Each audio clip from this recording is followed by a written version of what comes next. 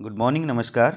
आप सभी का अपने परिवार में स्वागत है और मेरा नाम है मूलचंद और हमारी सीरीज चल रही है ज्योग्राफी, जिसके अंतर्गत मैं आपको जितना भी हमारे भारत का भूगोल है, विश्व का भूगोल है, वो सारा का सारा एनसीईआरटी सार संग्रह है। आज हमारी क्लास नंबर 11 आपके बीच में लेकर आया हूँ।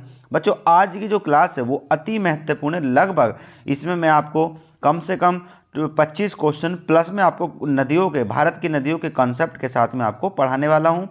अति महत्वपूर्ण आज की क्लास है। हर एक एग्जाम में, चाहे कोई किसी भी लेवल का एग्जाम हो, चाहे आपका स्टेट लेवल का एग्जाम हो, चाहे आपका सेंट्रल लेवल का एग्जाम हो, चाहे आपका पीएसयू, किसी भी कैसा भी एग्जाम हो, यहाँ से आपको नदियों से क्वेश्चन देखने के लिए मिलता है बच्चों। तो चलिए बच्चों, आज का बहुत ही महत्वपूर्ण, अति महत्वपूर्ण, और अपने परिवार को ज़्यादा से ज़्यादा शेयर करिए और ज़्यादा से ज़्यादा अपने परिवार को बढ़ाने की कोशिश करिए बच्चों। मैं आपकी रिक्वायरमेंट के हिसाब से, आपकी मांग के हिसाब से अच्छे अच्छे क्वेश्चन आपके लिए लेकर आता हूं। तो आज का बहुत ही बेहतरीन क्वेश्चन आपके पहले जो मैंने आपको होमवर्क के रूप में दिया था बच्चों, वो क्वेश्चन मैं आपके बीच में लेकर आ गया हूं कि किस नगर को भारत की सिलिकॉन घाटी कहते हैं। तो कुछ बच्चे थे जिन बच्चों ने इसका आंसर बहुत ही बखूबी तरीके से कमेंट्स बॉक्स में दिया है, जैसे सोनम है, विकास है, ये विशाल है। तो ये बच्चे कुछ ऐसे हैं जो हमेशा हमारे परिवार के साथ हमेशा जुड़े रहते हैं। उन बच्चों का अपने इस परिवार में तहे दिल से मैं स्वागत करता हूं। और बच्चे वो अच्छे से मेहनत करते रहेंगे तो ज़रूर एक दिन अपनी कामयाबी के मुकाम पर जरूर पहुंचेंगे बच्चों। तो पहला इसका क्वेश्चन बहुत ही बढ़िया है। ये क्वेश्चन पूछ रहा है कि ये बता दीजिए कि भारत की सिलिकॉन घाटी किसको कहा जाता है। तो बच्चों वो हमारे किसको, बेंगलोर को कहा जाता है। किसको, बेंगलोर को कहा जाता है बच्चों। ये भी आपको पता होना चाहिए। बहुत ही बढ़िया, बहुत ही बेहतरीन। तो यही क्वेश्चन हमारा बहुत ही प्यारा सा था। बेंगलोर सबसे अच्छा रहने योग्य शहर भी हमारा बेंगलोर ही है। तो ये भी आपको पता होना चाहिए। आईटी सेक्टर सबसे ज़्यादा कहाँ पर है, तो ये भी आपको पता होना चाहिए, बेंगलोर में ही है। तो चलिए, यही इसका आंसर है, यही इसका बहुत प्यारा सा आंसर है और ये हमने आपको बता दिया है। तो बच्चों, इसी तरीके से आज के सीरीज का पहला क्वेश्चन आपके बीच में आ रहा है। तो बच्चों, ये बहुत ही बढ़िया, आज के लगभग 25 क्वेश्चन प्लस में कॉन्सेप्ट आपके बीच में देने वाला हूँ। अंडमान तथा निकोबार द्वीप समूह में सबसे ऊंची चोटी कौन सी है। तो बच्चों, उसकी सबसे ऊंची चोटी आपकी कौन सी आती है। इस तरीके से ये क्या होता है आपका अंडमान, और इधर पड़ जाता है आपका कौन सा, निकोबार। कौन सा आता है, निकोबार।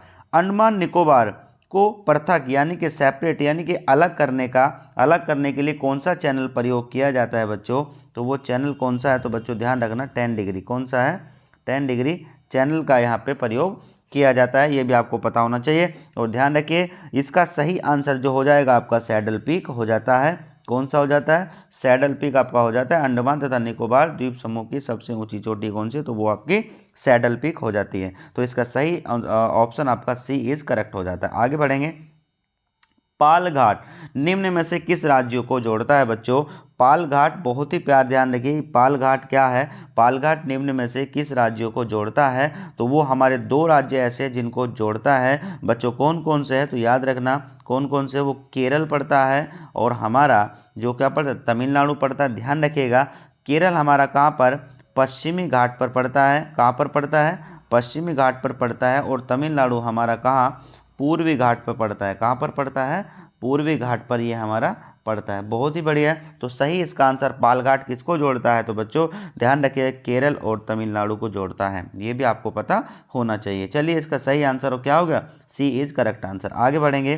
पश्चिमी तट के उत्तरी भाग को क्या कहते हैं। पश्चिमी तट के उत्तरी भाग को क्या कहते हैं। अभी मैंने कुछ दिन पहले क्वेश्चन कराया था। ये सारे क्वेश्चन जितने भी है आपके SSC CGL, SSC GD, UPPCL, आपका जितने भी आपके जो है स्टेट के यूपी ट्रिपल एससी, ये जितना भी आपका आयोग है, एसएससी जेई, ये सब के सब यहाँ से क्वेश्चन बहुत ही प्यार के, आज बहुत ही प्यारी सी सीरीज आपके बीच में लेकर आया हूँ। अति महत्वपूर्ण क्वेश्चन है हर एक किसी भी एग्जाम के लिए। पश्चिमी तट के उत्तरी भाग को क्या कहते हैं बच्चों, उसको हम कहते हैं बच्चों, ध्यान रखिएगा, उसको हम कहते हैं कोंकण तट। क्या कहते हैं उसको हम, कोंकण तट। कोंकण तट यानी कि हम बात करेंगे कहाँ पड़ता है, तो ये बच्चों याद रखना, ये हमारा पड़ता है गोवा में। कहाँ पर, गोवा में। अब मालाबार तट कहाँ पड़ती है, तो बच्चों ये भी आपको पता होना चाहिए, ये हमारा पड़ता है कहाँ पर, ये पड़ता है हमारा कहाँ, केरल में। कहाँ पर पड़ती है, केरल में। ये भी आपको पता होना चाहिए। कोरोमंडल कहाँ पड़ता है बच्चों, याद रखना, तमिलनाडु प्लस आंध्र प्रदेश। कहाँ पर, तमिलनाडु प्लस आंध्र प्रदेश। तो इसका सही ऑप्शन आपका कौन सा पड़ेगा, सी इज करेक्ट आंसर आपके बीच में है। अगला क्वेश्चन आपके बीच में है, चिल्का झील कहाँ स्थित है। तो बच्चों चिल्का झील कहाँ पड़ती है, बच्चों ये आपको पता होना चाहिए। चिल्का झील कहाँ पर पड़ती है, तो ये हमारी उड़ीसा में आ जाती है। कहाँ पर आती है, उड़ीसा में आती है। और याद रखना इसी चिल्का झील को हम क्या कहते हैं, यही हमारी आर्द्र भूमि भी है। क्या है, सबसे पहली भारत की जो आर्द्र भूमि की लेक है वो कौन सी आती है बच्चों, ध्यान रखना वो हमारी कौन सी है, चिल्का झील है। कहाँ पर पड़ती है, उड़ीसा में पड़ती है, ये भी आपको पता होना चाहिए। कौन सी पड़ती है, तो बच्चों ये हमारी लैगूर झील, इसी को हम क्या कहते हैं, इसी को हम कहते हैं लैगूर झील भी हम इसको कहते हैं। क्या कहते हैं, लैगूर झील भी हम इसको कहते हैं, ध्यान रखिएगा। चिल्का झील इसलिए आपको पता होना चाहिए, कहाँ पर, उड़ीसा में। चलिए आगे बढ़ेंगे। क्वेश्चन नंबर 5, प्रायद्वीपीय भारत में उच्चतम पर्वत चोटी कौन सी है बच्चों, याद रखना। प्रायद्वीपीय भारत में उच्चतम पर्वत चोटी कौन सी, तो बच्चों वो हमारी कौन सी, अन्नाईमुड़ी। कौन सी पड़ती है, अन्नाईमुड़ी पड़ जाती है, ये भी आपको पता होना चाहिए। अगर मैं बात करूं यहीं पर ही, हमारा जो मैंने आपको बताया था, ये हमारा कौन सा आता है, पश्चिम घाट, और ये कौन सा आता है हमारा, पूर्वी घाट। कौन सा आता है, ये हमारा पश्चिम घाट हो जाता है। और ये हमारा कौन सा आता है, ये हमारा कौन सा होता है, ये हमारा ईस्ट घाट। ईस्ट घाट और वेस्ट घाट को जोड़ने वाली जो आपकी क्या है, जो आपकी पर्वत है वो कौन सा है बच्चों, तो वो ध्यान रखना वो हमारा कौन सा पड़ जाता है, वो हमारा पड़ता है कौन सा, नीलगिरी। कौन सी, नीलगिरी पड़ती है, ये भी आपको पता लगना, नीलगिरी पड़ती है। जो हमारे पश्चिम घाट को और ईस्ट घाट को मोड़ने वाली कौन सी पर्वत श्रृंखला है, तो वो हमारी नीलगिरी होती है, याद रखना, ये भी आपको पता होना चाहिए। नीलगिरी की सबसे ऊंची चोटी का नाम क्या है, तो याद रखना ये हमारी कौन सी आती है बच्चों, ये हमारी डोडा बेटा। कौन सी आती है, डोडा बेटा। कौन सी, डोडा बेटा कौन सी होती है, तो याद रखना ये भी आपको मैंने बता दिया कि नीलगिरी की सबसे ऊंची चोटी कौन सी पड़ती है, डोडा बेटा पड़ती है, जिसका काम क्या होता है, पश्चिम घाट को ईस्ट घाट पूर्वी घाट से जोड़ने का काम करती है। प्रायद्वीपीय भारत में उच्चतम चोटी कौन सी, तो बच्चों वो हमारी कौन सी थी, अन्नाईमुड़ी। चलिए क्वेश्चन आगे बढ़ेंगे। लक्षद्वीप में कितने द्वीप समूह हैं, तो बच्चों ध्यान रखना लक्षद्वीप में कितने द्वीप समूह कितने पड़ जाते हैं हमारे, 36 पड़ते हैं। कितने पड़ते हैं, 36, 36 हो जाते हैं। चुंबी घाटी किस राज्य में स्थित है बच्चों, तो ये याद रखना चुंबी घाटी हमारी कहाँ पड़ जाती है, सिक्किम में पड़ती है। कहाँ पड़ती है, सिक्किम में। सिक्किम चुंबा घाटी जो पड़ती है वो किस किस के साथ में अपनी सीमा बनाती है, ये भी मैं बता देता हूँ आपको, किस किस के साथ में बनाती है बच्चों।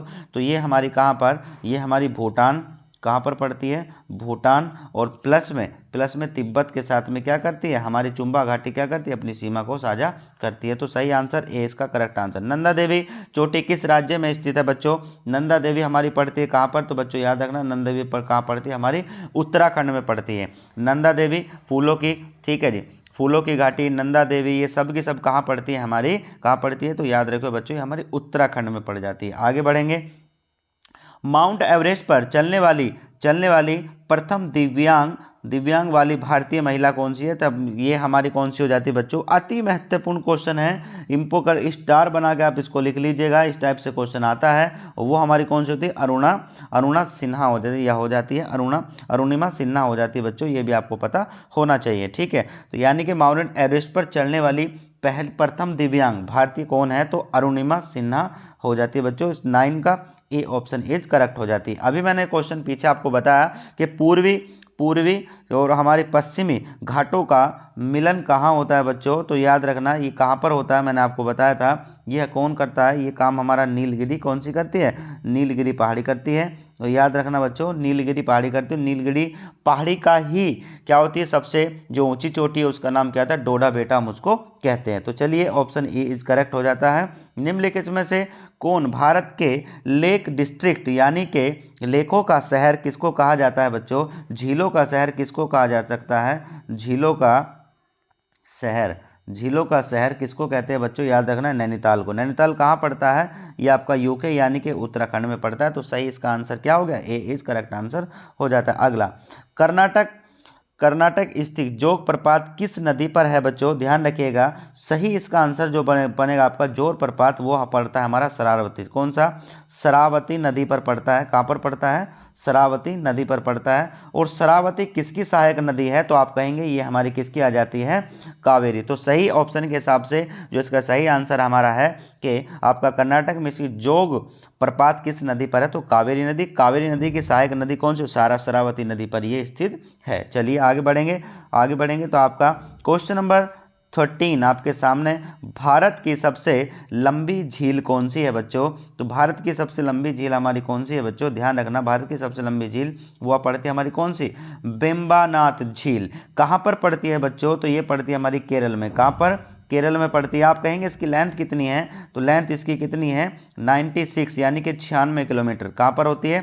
96 किलोमीटर। किसके लिए प्रसिद्ध है? तो ये इसमें क्या होती है, जो आपकी क्या होती है, नाव होती है, इसकी रेस होती है, और जो जीतता है उसमें उसमें नेहरू ट्रॉफी से सम्मानित किया जाता है। तो भारत की सबसे लंबी झील कौन सी है? वेम्बनाथ झील होती है बच्चों। चलिए, दामोदर नदी को बंगाल का शोक कहा जाता है बच्चों। कौन सा? बंगाल का शोक कहा जाता है, क्योंकि ये क्या करती है? बंगाल का शोक कहा जाता है तो इसमें क्या होता है, इसमें प्राय तबाही मचाने वाली बाढ़ आती है, या अधिकतम मृदा अपरदन होती है, इससे अनेक खतरनाक झरने बन जाते हैं, या यह बारहमासी नदी नहीं है। तो बच्चों याद रखना, जब बंगाल का शोक की बात आती है तो दामोदर नदी को कहते हैं, उसका मतलब क्या होता है? यह प्राय तबाही मचाने वाली बाढ़ होती है। कौन सी होती है? प्राय तबाही मचाने वाली क्या होती है आपकी?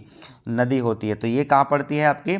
पश्चिम बंगाल में पड़ती है, ये भी आपको पता होना चाहिए। चलिए, 15 क्वेश्चन आपके बीच में है। निम्न में से वह नदी कौन सी जिसका उद्गम उद्गम भारतीय क्षेत्र में नहीं पड़ता है बच्चों?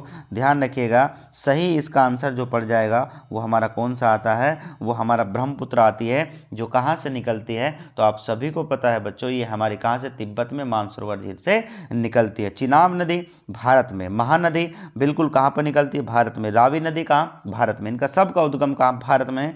तो चलिए, इसके साथ में मैं आपको कॉन्सेप्ट वाले जो मैंने आपको कहा था कि आज नदियों में मैं आपको जो है कंसेप्ट बताने वाला हूं कि आखिर ये कंसेप्ट होता क्या है, ये भी आपको पता होना चाहिए बच्चों। चलिए बात करते हैं ब्रह्मपुत्र नदी का जो उद्गम है, ब्रह्मपुत्र नदी का उद्गम भारतीय क्षेत्र में नहीं, इसका उद्गम कहाँ पर पड़ता है? तिब्बत में। कहाँ पर पड़ता है बच्चों? तो याद रखना, एक ग्लेशियर पड़ता है आपका, कौन सा? चेमा युंगडोंग। कौन सा? चेमा युंगडोंग होता है, ये मानसरोवर झील में स्थित है।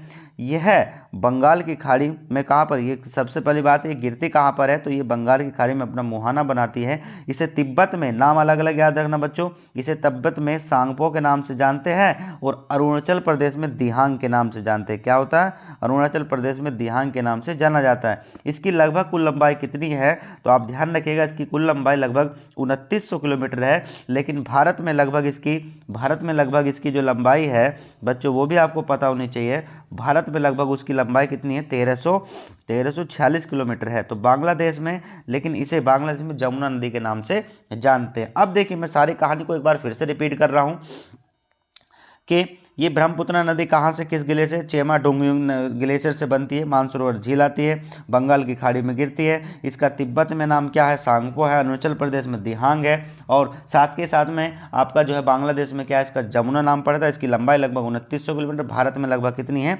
1346 किलोमीटर। तो सारी की सारी चीज़ें विद कॉन्सेप्ट के साथ में मैंने आपको चीज़ें प्रोवाइड करा दी। चलिए बच्चों, अगला क्वेश्चन आपके बीच में है, तो ये भी आपको पता होना चाहिए। प्रायद्वीपीय भारत की सबसे बड़ी नदी कौन सी है? तो बच्चों ये भी ध्यान रखना, ये हमारी कौन सी नदी? प्रायद्वीपीय भारत की सबसे बड़ी नदी कौन सी है बच्चों? तो ये भी आपको पता होना चाहिए। तो ये हमारी पड़ जाती है कौन सी? गोदावरी। कौन सी आ जाती है? ये हमारी गोदावरी नदी होती है, ये भी आपको पता होना चाहिए बच्चों। बहुत ही प्यारे प्यारे से क्वेश्चन है। प्रायद्वीपीय भारत की सबसे बड़ी नदी कौन सी? तो गोदावरी आ जाती है। चलिए, गोदावरी के बारे में थोड़ा सा पढ़ के चलते हैं। आ जाइए, प्रायद्वीपीय भारत की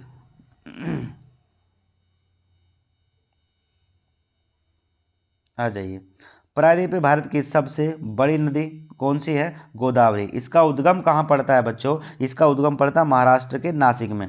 यूपी ट्रिपल 2016 वाले पेपर में ये क्वेश्चन बिल्कुल हूबहू पूछा गया था। कहा गया था कि गोदावरी नदी का उद्गम कहाँ पर है? तो बच्चों ध्यान रखें, वो महाराष्ट्र के नासिक में पड़ता है। कि कहाँ पर, किस जिले में? त्रिम्बकेश्वर पहाड़ी से होता है। यह दक्षिण भारत की गंगा भी इसे ही कहते हैं। दक्षिण भारत की गंगा किसे कहते हैं? तो ध्यान रखना, इसी को कहते हैं, किसको? आपके गोदावरी। इसकी कुल लंबाई कितनी है? लगभग 1465 किलोमीटर होती है। 1465 किलोमीटर होती है, ये भी आपको पता होना चाहिए। इसकी सहायक नदी कौन कौन सी है बच्चों? कौन सी? प्रणहिता, पैनगंगा, वर्धा और इंद्रावती। तो याद रखो, फिर से मैं एक बार रिपीट कर रहा हूँ कि ये जो आपकी क्या होती है, आपकी ये दक्षिण भारत की गंगा किसे कहते हैं, तो बच्चों हमारी कौन सी है, तो वो गोदावरी है। इसका उद्गम कहाँ से है, कहाँ से, महाराष्ट्र के नासिक में त्र्यंबकेश्वर पहाड़ी से होता है। इसकी लंबाई 1465 किलोमीटर होती है। और इसकी जो सहायक नदी है प्रणीता, पैनगंगा, वर्धा, इंद्रावती, ये सारी की सारी इसकी होती है। चलिए बच्चों, बहुत ही प्यारा सा फिर से क्वेश्चन आपके बीच में आ गया विद कॉन्सेप्ट के साथ में। अलकनंदा और भागीरथी नदी के संगम का क्या नाम है, तो बच्चों ये याद रखिएगा, ये कहाँ से आती है, अलकनंदा और भागीरथी दोनों ग्लेशियर होते हैं और आकर कहाँ पर, देवप्रयाग में आकर ये मिल जाते हैं। और यहीं से ही आपका जो होती है क्या, अलकनंदा भागीरथी नदियों के संगम से एक नई नदी का निर्माण होता है, जिसे हम क्या कहते हैं, गंगा कहते हैं, जिसे हम क्या कहते हैं, गंगा कहते हैं, जिसकी लंबाई लगभग कितनी होती है, 2525 किलोमीटर होती है, 2525 किलोमीटर होती है। याद रखिएगा इस बात को भी। चलिए कॉन्सेप्ट के साथ में मैं आपको चीज़ें प्रोवाइड कराता हूँ। भारत की अलकनंदा और भागीरथी नदी का उत्तराखंड के टिहरी गढ़वाल जिले में देवप्रयाग स्थान पर क्या होता है, मिलन होता है। आगे इस नदी को गंगा नदी के नाम से जानते हैं, ये भी आपको पता होना चाहिए। और बच्चों ध्यान रखना, इसी को बांग्लादेश में जाने के बाद किससे, पद्मा के नाम से जानते हैं। याद रखना, इसी को बांग्लादेश में जाने के बाद किसके, पद्मा के नाम से हम जानते हैं। और जमुना और पद्मा मिलने के बाद में क्या, कौन सी नदी का निर्माण करती है बांग्लादेश में, तो बच्चों याद रखना वो बन जाती है हमारी कौन सी, मेघना। कौन सी हो जाती है, मेघना नदी का निर्माण कर देती है, ये भी हमें पता होना चाहिए। चलिए आगे, जोग, फिर से क्वेश्चन बहुत ही बढ़िया सा आपके बीच में आ गया। जोग जलप्रपात किस नदी पर स्थित है। मैंने आपको ये क्वेश्चन पहले कराया, लेकिन क्वेश्चन को फिर से घुमा के पूछा एग्जामिनर ने। कहा, पिछली बार कहा था कि कर्नाटक में जोग प्रपात किस नदी पर है, तो मैंने बताया था कि जोग प्रपात क्या होती है, कावेरी की सहायक नदी श्रावती पर स्थित है। लेकिन इस बार यहाँ क्या है, उसने जो है आपकी कावेरी नदी नहीं दी आपको, क्या जिस पर एक्चुअल में बना हुआ है वही नदी आपके बीच में डाल दी। तो जोग जलप्रपात किस नदी पर है, तो मैंने बताया था आपको किस पर है, श्रावती नदी पर है। तो ये इसका सही आंसर आपके बीच में आ चुका है। आगे, भारत की किस नदी को वृद्धगंगा कहा जाता है। अभी मैंने कॉन्सेप्ट में आपको बताया कि क्या है आपकी पश्चिम, क्या कहते हैं आपका, ये जो दक्षिण भारत की गंगा किसको कहते हैं, तो बच्चों उसको गोदावरी को कहते हैं। और कितना है, मैंने आपको 1465 किलोमीटर बताया, ये भी आपको ध्यान रखिएगा, ठीक है। और इसका जो गोदावरी है वो कहाँ से, महाराष्ट्र के नासिक में, कहाँ से, त्र्यंबकेश्वर से ये क्या होती है, निकलती है। तो सही आंसर हमारा कौन सा हो जाता है, गोदावरी हमारा इसका सही आंसर हो जाता है। चलिए क्वेश्चन नंबर 22 देखिए, फिर से कॉन्सेप्ट आपके बीच में है कि गोदावरी नदी दक्षिण गंगा के नाम से भी जानी जाती है। और इस नदी को वृद्धगंगा, ठीक है जी, दक्षिण भारत और वृद्धगंगा भी हम इसको कहते हैं, ओल्डेस्ट गंगा के नाम से भी इसे जानते हैं। प्रायद्वीप नदी है जो महाराष्ट्र के नासिक जिले से निकलती है। चलिए बच्चों आगे बढ़ेंगे। क्वेश्चन नंबर, आज बहुत ही कॉन्सेप्ट दे रहा हूँ, बहुत ही प्यारे प्यारे से। पश्चिम दिशा में अरब सागर की ओर न बहने वाली नदी कौन सी है, तो बच्चों ये भी आपको पता होना चाहिए कि ये कहना चाह रहा है कि पश्चिम दिशा में अरब सागर की ओर न बहने वाली नदी कौन सी है। तो बच्चों ये भी हमें पता होना चाहिए कि कौन सी वो नदी है। तो ध्यान रखना, वो हमारी कौन सी हो जाती है बच्चों, वो हमारी कौन सी होती है, तापी। कौन सी होती है, तापी नदी, सॉरी तापी नदी नहीं होगी बच्चों, ठीक है, इसमें गलती हो गई है। कौन सी होगी, तापी नदी नहीं, वो हमारी कौन सी, कावेरी नदी हो जाती है। कौन सी होती है, कावेरी नदी। और ध्यान रखिएगा, जो पश्चिम दिशा की ओर बहने वाली नदी कौन सी है, पश्चिम दिशा की ओर नर्मदा, ताप्ती, कौन सी होती है, तापी नदी, और हमारा पेरियार नदी, ठीक है। तो चलिए आगे बढ़िए। याद रखना, मैं आपको पूरे कॉन्सेप्ट के साथ में चीज़ें प्रोवाइड कराने की कोशिश कर रहा हूँ। भारत में पूरब की ओर प्रभावित होने वाली नदी कौन सी है बच्चों, तो वो हमारी कौन सी आती है, वो हमारी कौन सी आती है बच्चों, मैं यहाँ से लिखना शुरू कर रहा हूँ कि पूरब की ओर बहने वाली महानदी गोदावरी, कृष्णा, कावेरी। और पश्चिम की ओर प्रभावित होने वाली नदी कौन सी है, नर्मदा, ताप्ती, पेरियार, ठीक है। पेरियार तमिलनाडु में बहती है। पेरियार कहाँ, केरल व तमिलनाडु में बहती है। इडुक्की बांध इसी नदी पर स्थित है। तो याद रखिए इसकी लंबाई कितनी है, 244 किलोमीटर है। तो बच्चों ये भी आपको पता होना चाहिए। तो इसका सही आंसर क्या हो जाएगा हमारा, इसका कावेरी इज करेक्ट आंसर हो जाता है बच्चों। चलिए आगे बढ़ेंगे। रिहंद बांध किस नदी की किस नदी की सहायक नदी पर बना हुआ है बच्चों, ये भी हमें पता होना चाहिए। तो इसका सही आंसर क्या होता है, रिहंद बांध आपका किस नदी की सहायक नदी पर बना है, तो वो आपकी कौन सी बनती है बच्चों, वो सोन नदी, सोन नदी की सहायक नदी पर बनता है। तो ये भी ध्यान रखना, सोन नदी क्या होती है, महाराष्ट्र से निकलती है, इसके क्या होती है, यही एक ऐसी नदी है जो एक ही, दोनों का केंद्र बिंदु एक है, लेकिन एक पश्चिम की ओर बहती है और एक किसके, पूरब की ओर। पश्चिम की ओर बहने वाली नर्मदा और पूरब की ओर बहने वाली सोन नदी होती है। चलिए कॉन्सेप्ट के साथ में आपको समझा देता हूँ। रिहंद बांध सोन नदी पर बनाया गया, बहुत ही बढ़िया। कहाँ पर बनाया गया बच्चों, ये हमारा कहाँ पर, रिहंद बांध सोन नदी पर बनाया गया, जो भारत के उत्तर प्रदेश राज्य में स्थित है। ये भी आपको पता, जो भारत के उत्तर प्रदेश राज्य में स्थित है। भारत में यहाँ पर एक क्या है, आपकी कृत्रिम झील बनी हुई है, जिसका नाम क्या है, इसी बांध पर बनी हुई, जिसका नाम क्या है, गोविंद पंत सागर एक झील है। इसका निर्माण किस पर है, एक प्रकार की कृत्रिम झील है। अब गोविंद कौन है, तो याद रखना उत्तर प्रदेश के पहले मुख्यमंत्री। सोन नदी अमरकंटक के पहाड़ से निकलती है, ये भी हमें पता नहीं, अमरकंटक के पहाड़ से निकलती है। रिहद और कौन सा, कुनहड़ सोन की सहायक नदी है, और यह पटना से पश्चिम मुनेर में गंगा नदी में जाकर क्या हो मिल जाती है। बाण सागर बांध सोन नदी पर स्थित है, ये भी आप पता हमें होना चाहिए। ठीक है, चलिए आगे बढ़ेंगे। भारत के निम्न नदियों में से कौन सी डेल्टा नहीं बनाती, बच्चों याद रखने का, वो हमारी कौन सी है जो कभी भी डेल्टा नहीं बनाती है, बच्चों याद रखना, वो हमारी कौन सी है, ताप्ती नदी है। मैंने फिर से बताया, ताप्ती नदी कौन सी है बच्चों, ताप्ती नदी वो नदी है जो हमारी किधर की साइड में बह रही है, पश्चिम साइड में बह रही है। नर्मदा किधर की, पश्चिम की साइड, माही किधर, पश्चिम की साइड में बह रही है, तो ये भी पता।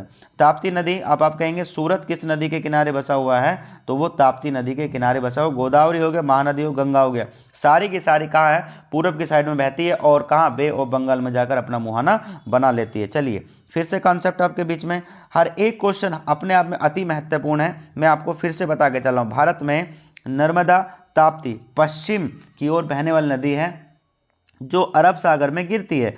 जो नदी अरब सागर में गिरती है वो अधिकांश डेल्टा नहीं बनाती है, और ये भी ध्यान रखना, इसी को क्या कहते हैं, ज्वार नदमुख का निर्माण करती है, ये भी आपको पता होना चाहिए। चलिए अभी मैंने बताया आपको कि सूरत किस नदी के किनारे स्थित है बच्चों, सूरत हमारा किस नदी के किनारे स्थित, याद रखना कौन सा, ताप्ती नदी के किनारे स्थित है। चलिए आगे बढ़ेंगे। क्वेश्चन नंबर फिर से आपके बीच में कॉन्सेप्ट आ गया, देखिए कैसे कि भारत के गुजरात राज्य का सूरत शहर ताप्ती नदी के किनारे स्थित है।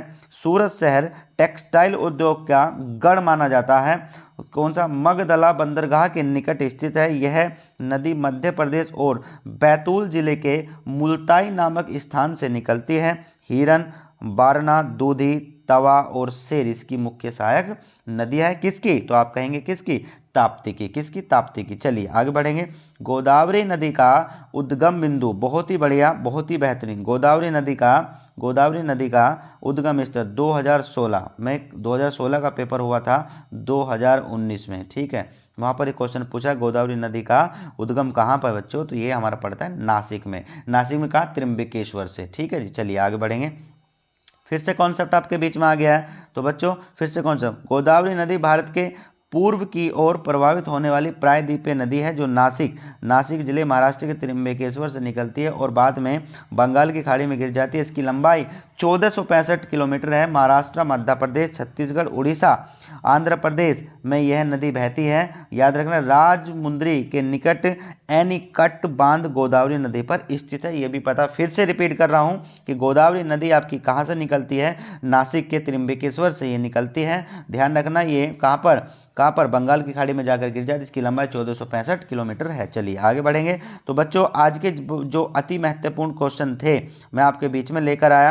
आपको अति जो भी हुआ, जितना भी बेहतरीन क्वेश्चन मैं आपको लेकर आया वो मैंने डाल दिए बच्चों। हर एक क्वेश्चन जब तक गोदावरी, जब भी जो गंगा चलेगी वो सारे में कॉन्सेप्ट के साथ में आते रहेंगे। बच्चों अपने चैनल को ज़्यादा से ज़्यादा शेयर करिए। अति महत्वपूर्ण क्लासेज आपके बीच में बार बार डालने की कोशिश कर रहा हूँ। हर एक क्वेश्चन हर किसी ना एग्जाम में पूछ रहा है बच्चों। तो तब तक के लिए अपनी क्लास को जरूर अपना कहीं ना कहीं लिख के नोट डाउन करके जरूर रखिएगा, और फिर हम मिलेंगे अगली क्लास में। तब तक के लिए अपना ख्याल रखिए, अपने चैनल को, अपने परिवार को सपोर्ट करिए। ओके बच्चे, thank you, have a nice day, good bye.